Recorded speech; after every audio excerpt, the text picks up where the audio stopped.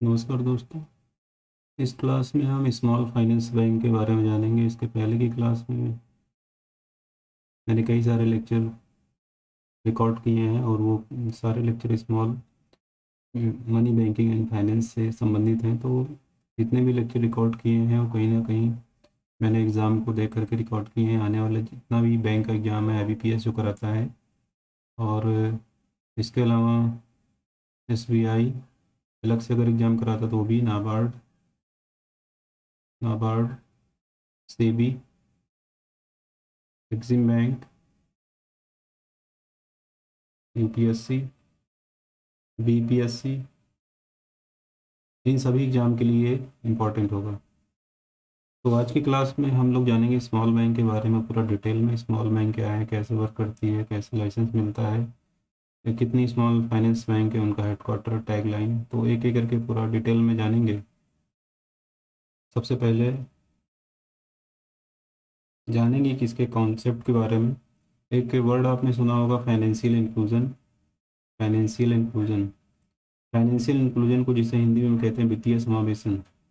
वित्तीय समावेशन का अर्थ होता है कि गरीब से गरीब व्यक्ति तक, एक गरीब चाहे वो गांव में हो या शहर में हो, खासकर गांव में क्योंकि बैंकिंग सर्विसेज बहुत कम पहुंच पाई थी, तो गरीब से गरीब व्यक्ति तक बैंकिंग सर्विसेज को बहुत ही कम कीमत पर, अफोर्डेबल प्राइस पर आसानी से कम कीमत पर उपलब्ध कराना फाइनेंशियल इंक्लूजन कहा जाता है। वित्तीय समावेशन इसी को कहा जाता है। तो इसी के अंतर्गत इसका जो मेन जिम्मेदारी दी गई थी वो नचिकेत मोर को दी गई थी, और नचिकेत मोर कमेटी भी इसके लिए बनाई गई थी, ध्यान रखिएगा।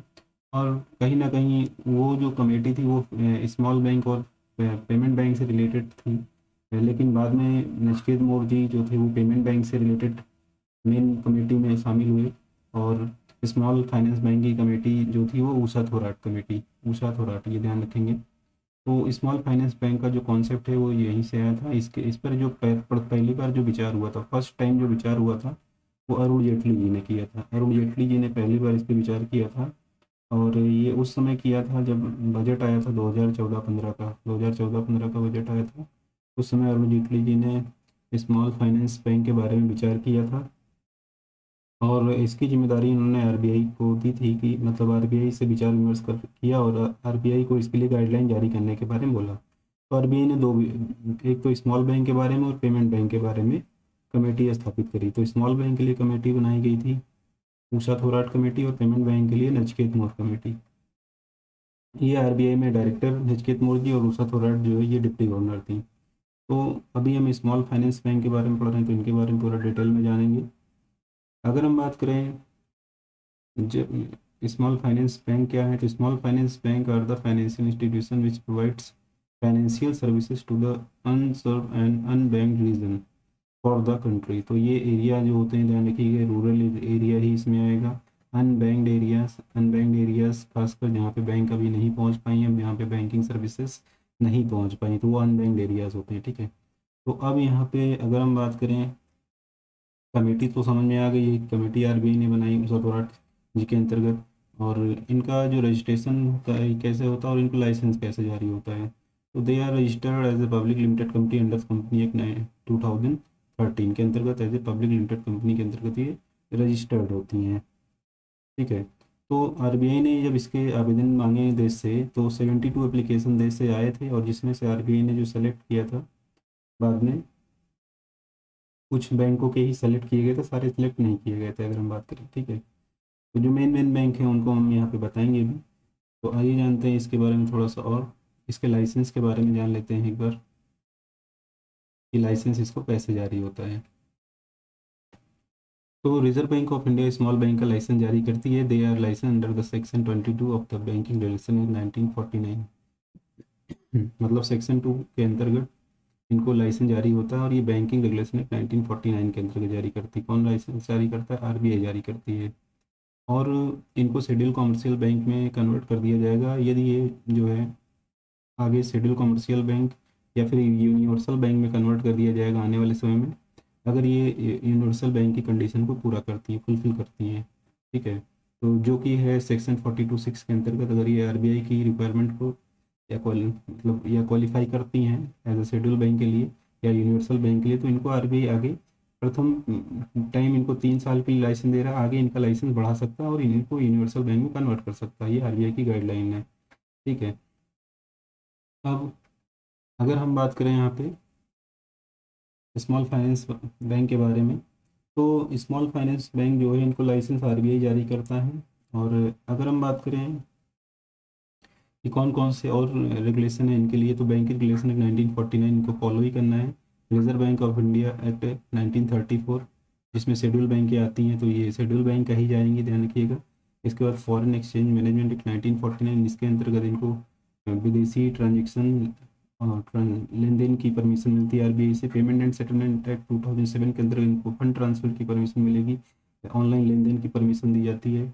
क्रेडिट इंफॉर्मेशन कंपनी एक्ट 2005 के अंतर्गत जितनी भी कंपनियां होती हैं, ध्यान रखिएगा, उनकी क्रेडिट रेटिंग होती है। क्रेडिट रेटिंग के फाइनेंशियल डाटा को कलेक्ट किया जाता है क्रेडिट रेटिंग कंपनी के द्वारा और उनकी क्रेडिट रेटिंग जारी की जाती है। तो इसका अर्थ ये होता है कि अगर जिस बैंक की क्रेडिट अच्छी होती है उसको आरबीआई से तो लोन मिलता ही मिलता है, प्लस ऐसी बैंकों को पब्लिकली शेयर जारी करने की परमिशन भी सेबी के द्वारा दी जाती है। और ऐसी बैंकों की जैसे triple A rating, triple A, double A और सिंगल ए रेटिंग, यहाँ प्लस भी हो सकता है, तो ये अच्छी रेटिंग कही जाती है, मतलब हाई सेफ्टी कह सकते हैं, ठीक है। ए रेटिंग वाली कंपनियाँ अच्छी मानी जाती हैं, कहा जाता है सेबी के द्वारा। तो सेबी आसानी से इनको परमिशन दे सकता है शेयर जारी करने के लिए, शेयर जारी करके ये फंड जुटा सकती हैं कंपनियाँ, ठीक है, अपने बिजनेस को और आगे बढ़ा सकती हैं। तो कहीं ना कहीं ये इसके अंदर क्रेडिट इंफॉर्मेशन कंपनी एक्ट 2005 के अंतर्गत भी रेगुलेट की जाएंगी। डीआईसीजीसी के अंतर्गत भी इनको शामिल किया जाएगा। डीआईसीजीसी एक्ट 1961, डीआईसीजीसी एक्ट 1961 क्या है कि इसके अंतर्गत 5 लाख तक का इंश्योरेंस डीआईसीजीसी करता है।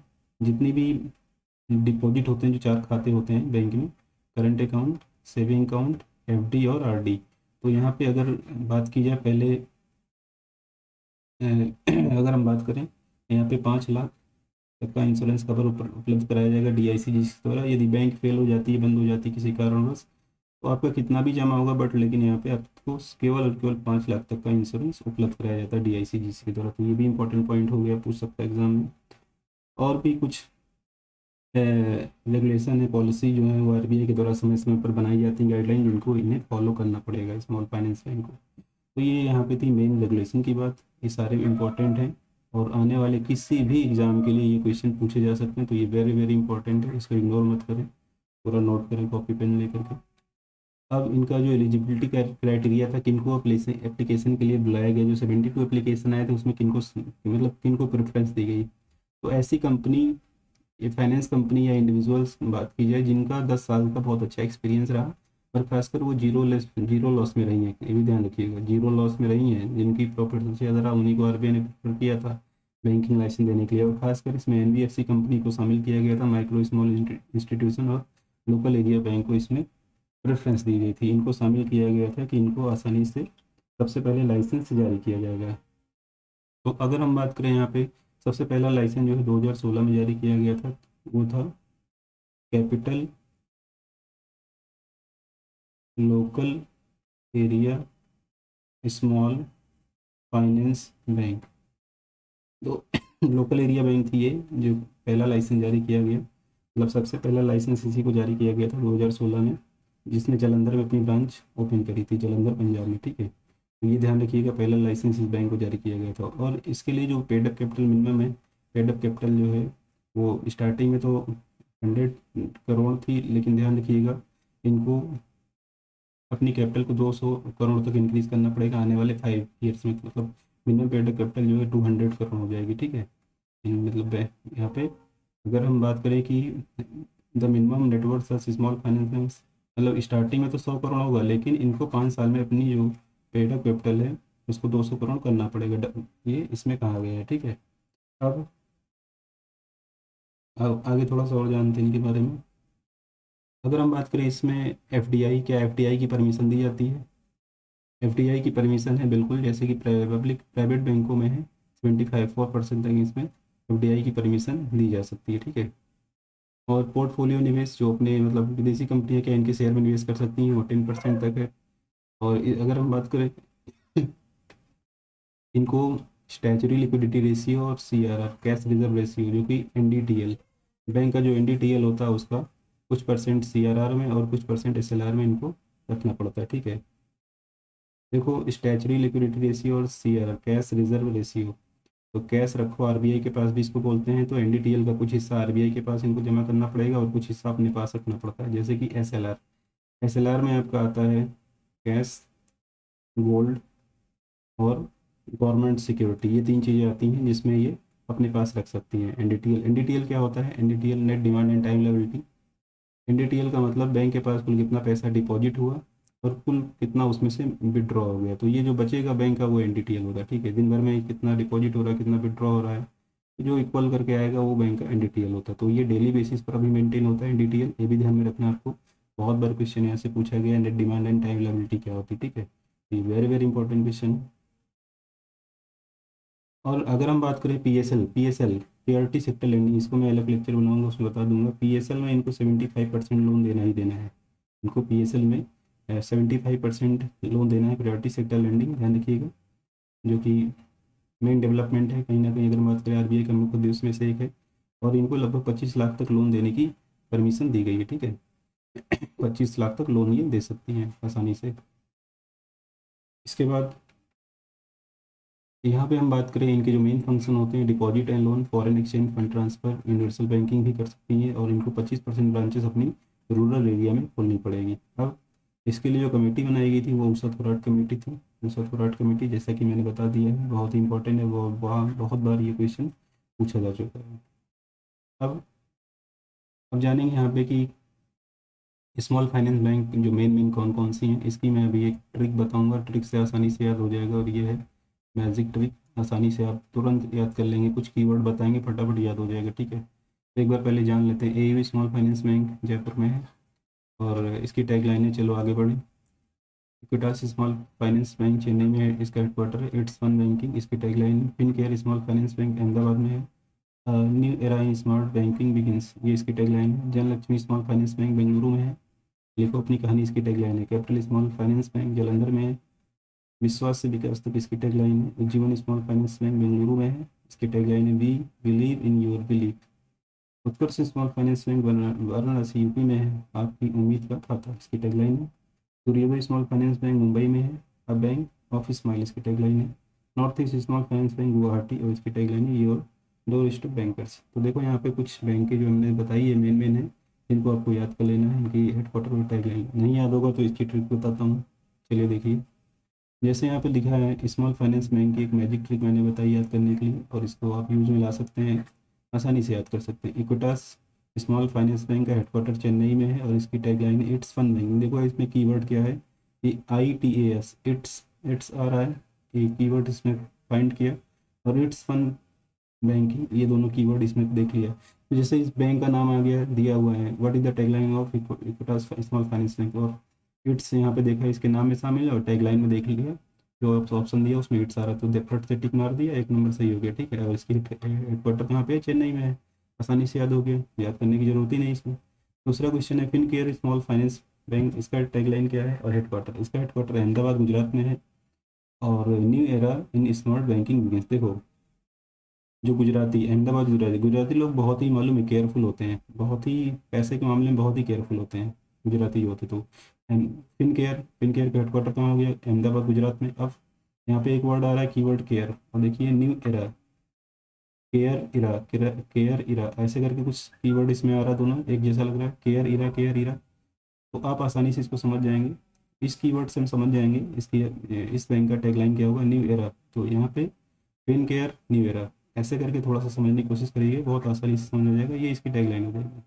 गुजराती बहुत फिन केयर करते हैं आसानी से, मतलब इसका हेडक्वार्टर अहमदाबाद में हो जाएगा, और टैगलाइन न्यू एरा जिसमें आ जाएगा वही इसका सही ऑप्शन होगा।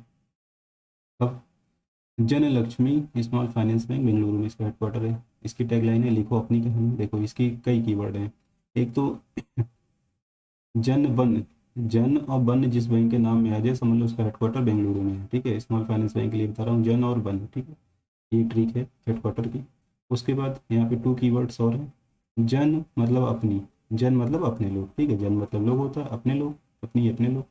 तो जन जिस बैंक के नाम आ जाए और जिसके टैगलाइन में आ जाए, लिखो अपनी अपनी, तो जन और अपनी एक कीवर्ड यहाँ पे मिल गया, इसलिए इसकी टैगलाइन समझ में आ जाएगी, आसानी से टिक मार देंगे, ठीक है। दूसरा है लक्ष्मी, लक, लक्ष्मी लिखो, लक्ष्मी लिखो करके है। तो यहाँ पे लक्ष्मी, एल से लक्ष्मी, एल से लिखो, ठीक है, ये कीवर्ड इसमें पकड़ लिए। तो ये कीवर्ड से भी आप समझ सकते हो, दो कीवर्ड है यहाँ पे, इसको याद करने के लिए आसानी से याद हो जाएगा, ठीक है। इसको लिख लेंगे कॉपी में। दूसरा है, अगर हम बात करें capital small finance bank Jalandhar, जो कि पहली स्मॉल बैंक थी, 2016 में खोली गई थी, अभी बताया थोड़ी देर पहले। देखिए इसकी टैगलाइन है विश्वास से विकास तक।